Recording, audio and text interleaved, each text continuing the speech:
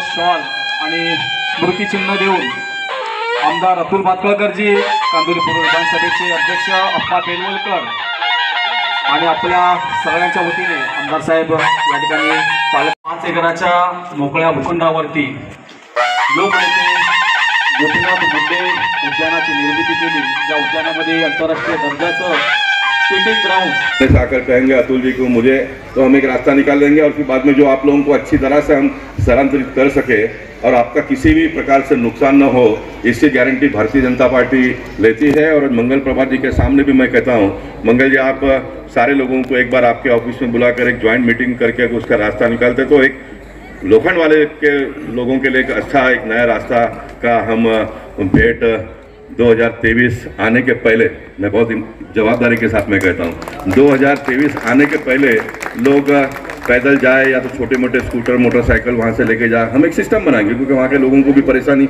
होनी नहीं चाहिए। वैसे बहुत खुलकर छत्रपति शिवाजी महाराज और डॉक्टर बाबा साहब अम्बेडकर जी ने मुझे बहुत हिम्मत दिया है बोलने का।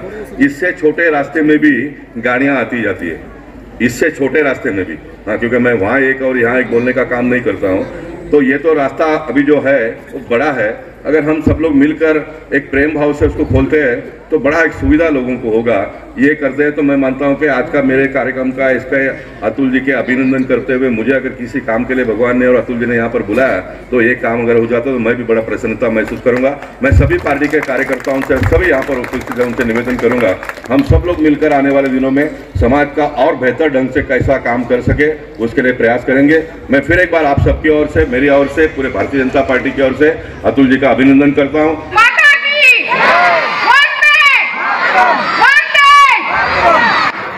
छत्रपती शिवाजी महाराज, भारत रत्न डॉक्टर बाबासाहेब आंबेडकर, लोकनेते गोपीनाथ।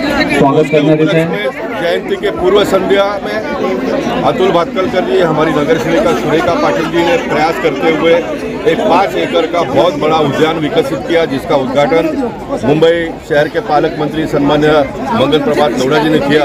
और आप सब लोगों ने देखा कि हजारों की संख्या में कार्यकर्ता है। बहुत ही सुंदर प्रकल्प बना है, सभी प्रकार की सुविधा उसमें, बच्चों से लेकर सीनियर सिटीजन सभी लोगों के लिए। और निश्चित एक सांसद के नाते मैं अतुल भातखळकर जी और सुरेखा पाटिल जी का अभिनंदन करता हूँ। पार्टी के सभी कार्यकर्ताओं ने मिलकर जो इस प्रकल्प को रूप दिया है, आने वाले दिनों में हम और बेहतर ढंग से लोगों की सेवा करने का प्रयास करेंगे। सांसद जी, मुळामध्ये चंद्रकांत दादा पाटलांनी त्या गोष्टीचा खुलासा केलेला आहे आणि त्याच्यामुळे राज्यामध्ये प्रचंड गतीने विकास चालू आहे।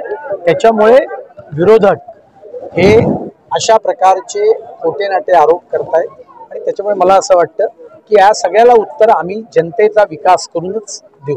नहीं, देखो, ये जो भूखंड है वो डीपी में आरक्षित था लेकिन खंडार होके पड़ा था। जैसा विलासराव देशमुख 9 एकड़ का मैदान था वो भी खंडार होके पड़ा था, तो वो भी मैंने डेवलप किया। ये गार्डन के लिए भी जैसा मैंने कहा कि अलग अलग प्रकार की कल्पना आगे आ रही थी, आखिर में नेचुरल ब्यूटी मेंटेन करते हुए ये गार्डन हमने आज विकसित किया है। साथ साथ में मुंबई के किसी भी गार्डन में नहीं होगा वैसा अंतर्राष्ट्रीय स्तर का स्केटिंग की भी एक व्यवस्था हमने की है, जिसकी क्रेज सिर्फ बच्चों में नहीं है तो युवक युवती ऐसे सभी लोगों में रहती है, तो वो भी एक सुविधा उपलब्ध की है।